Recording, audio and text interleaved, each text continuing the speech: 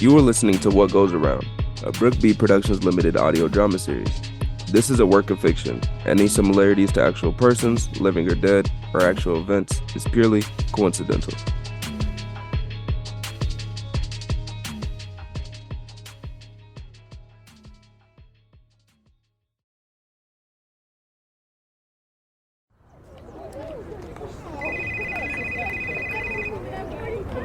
Christian, hey! Hey sis, everything good? Everything's great. How are things between you and my future sister-in-law? Mackenzie and I are fine. You better be. Did you two pick a date yet? Whoa, we want to graduate first, sis. One thing at a time. Speaking of graduation, can you believe that in less than 3 weeks you'll be a UCLA graduate? Nope, hasn't even hit me yet. I'm sure it'll hit you when you get your first student loan bill. Probably so, huh? I'm actually kind of nervous though. Once I cross that stage, that's it. Adulthood officially begins.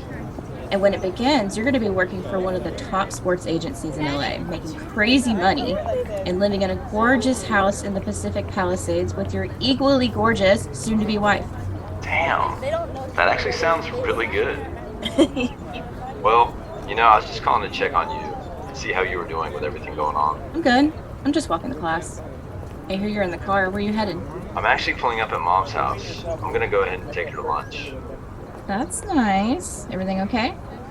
I don't know. She seemed a little down when I called her this morning. Yeah. It'll be the anniversary of Dad's death soon.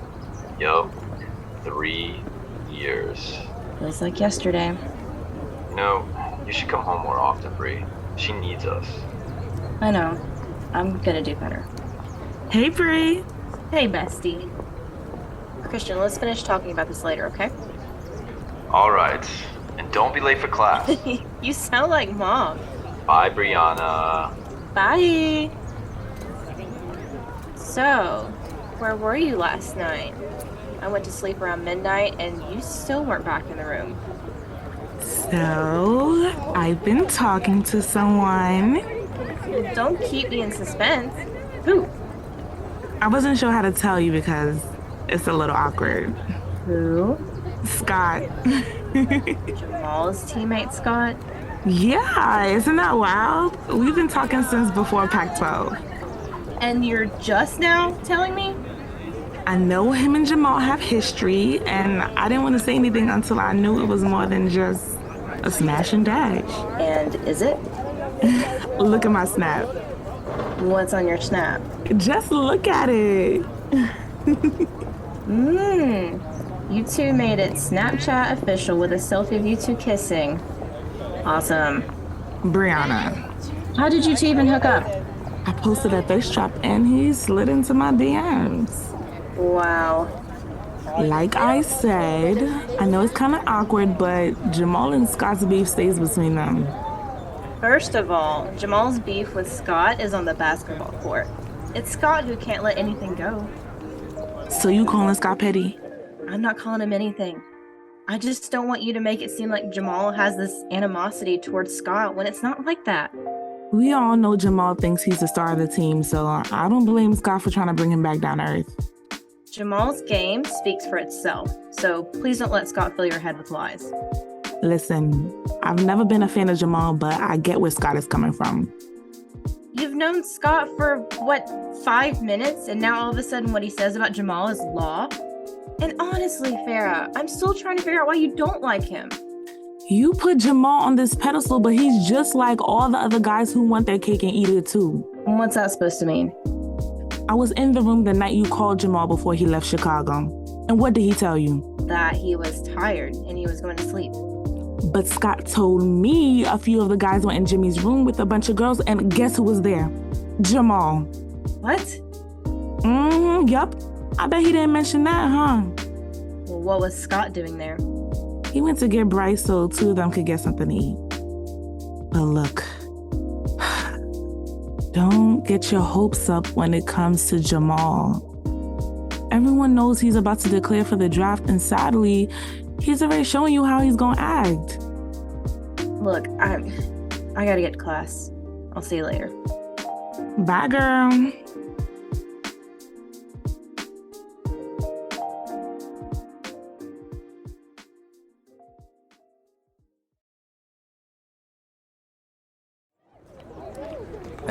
You have some serious dedication, you know that? What are you talking about? You're about to declare for the draft, and you're still going to class? I'm amused by that. First of all, finals are about to start, and second of all, I'm still undecided. Why? The choice is clear. You're ranked number 1 on the team in scoring with an average of 21 points. Second in made three-pointers. And third in rebounding. You had more than a solid junior year. Damn, you know my stats better than me. If you're worried that you won't get drafted, now that's nonsense. Your chances are hella good, bro. What are you unsure about? Whether I declare for the draft or not, I still need to finish out the semester strong. We won this school a Pac-12 title and almost made it to the Final Four. Our teachers would be crazy not to give us a passing grade. That may be true, but if I declare, I'm doing it without an agent so that I can keep my college eligibility. I mean, you never know, so if I gotta return back to school, I want to be in good standing. I hear you, but the deadline to declare is in 1 week. So you gotta hurry up and decide. You up here riding me, but what are you gonna do? You are the superstar, not me. Yo, stop. I'll be right here next season playing for the Trojans. Shoot, I might be joining you. Yeah, right. Your ass might be up with the Lakers or something. Who? Jamal? Nah. Yo, who was talking to you?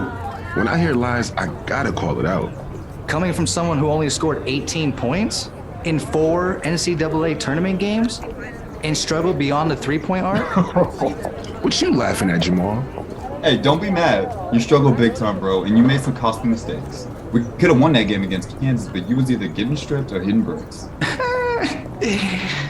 Dude just said getting stripped or hitting bricks. Maybe if you wasn't hogging the damn ball, my handle would be better. Hey, no, don't blame that shit on me. Man, that's why your ass got called out in the media for trying to showboat. You're such a hater, dude. And you're always looking out for yourself. Wow, really? Hey, Jamal, let's just keep it moving. We gotta get to class. No, I'm tired of this dude always talking trash. I've been trying real hard not to let your little jabs bother me, but enough is enough. If you got a problem with me, just say it. You damn right I got a problem. Fellas, chill. We're supposed to be teammates. Trust me, it ain't that serious.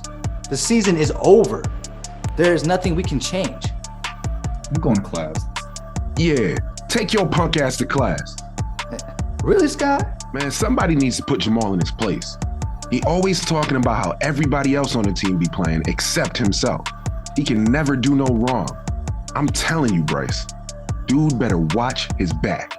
That sounds like a threat. It just might be.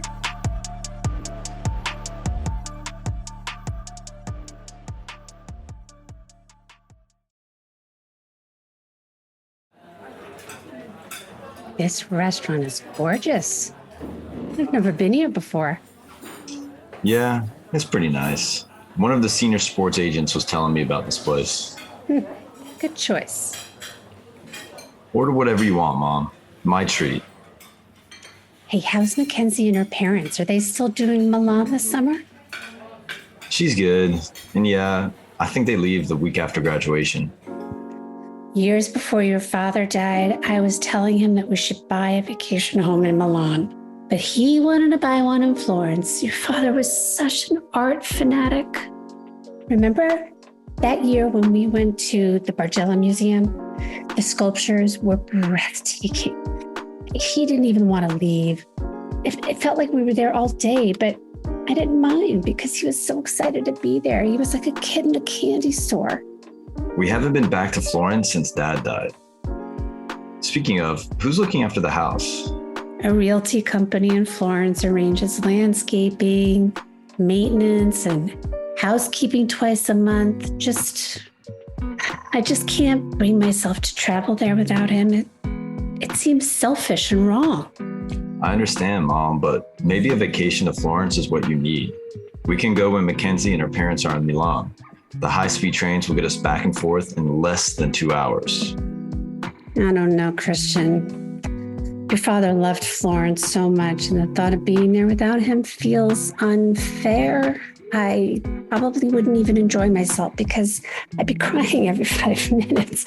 Maybe I should just sell the house. I miss Dad too, Mom. I literally think about him every day. I can't even believe it'll be 3 years since he's been gone. I can't either. He was so full of life. And that's exactly why you shouldn't sell the house. He'd want us to enjoy it. Can you at least think about it, Mom? Okay, fine, I'll think about it. Good. Now that we got that sorted, let's figure out what we're gonna eat. I'm starving. Thanks for this, Christian. Lunch with you is exactly what I needed. Anything for you, Mom.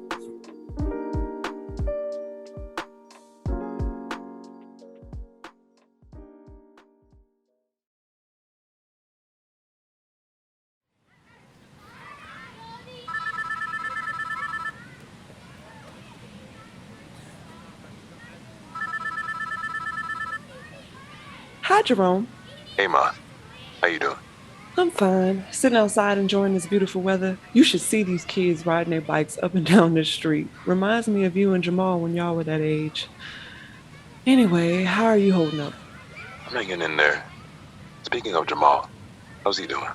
He's doing good. Did he make a decision about the draft yet? I swear, you're like the third person this week to ask me that. First, it was Loretta, down the street. Then one of the doctors at my job, and now you. I think he's gonna declare. What do you think? I think he will too. He doesn't have anything to lose. If he doesn't get drafted, he can always go back to school and try again his senior year. He'll get drafted. You're right. I gotta watch my words, especially around Jamal.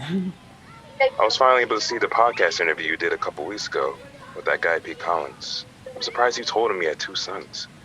Oh, you think just because you're in jail that you don't count? I'm just surprised that you mentioned me considering the interview was about Jamal. So what if the interview was about Jamal? You're my son too, right? But the last thing Jamal needs is somebody finding out that I'm in jail and it gets smeared all over the headlines. I can see it now. Hoop star's brother incarcerated for armed robbery. The media will have a field day with that. You being in jail has nothing to do with Jamal or what he does on or off the basketball court. Okay? I just don't want to give people an excuse not to draft him or give people a reason to treat him different. He already has 2 strikes against him by being black and being from Compton. Yeah, but he's the #1 player for the USC Trojans with options. Listen, Jerome, the last thing you need to stress about is Jamal and his future. He has a good head on his shoulders. He'll be all right. The next time you talk to him, can you tell him I said hi and that I love him? Of course, Jerome. And I love you too. I love you so much. Please keep yourself safe, okay? I will, Ma. I love you. Bye, son.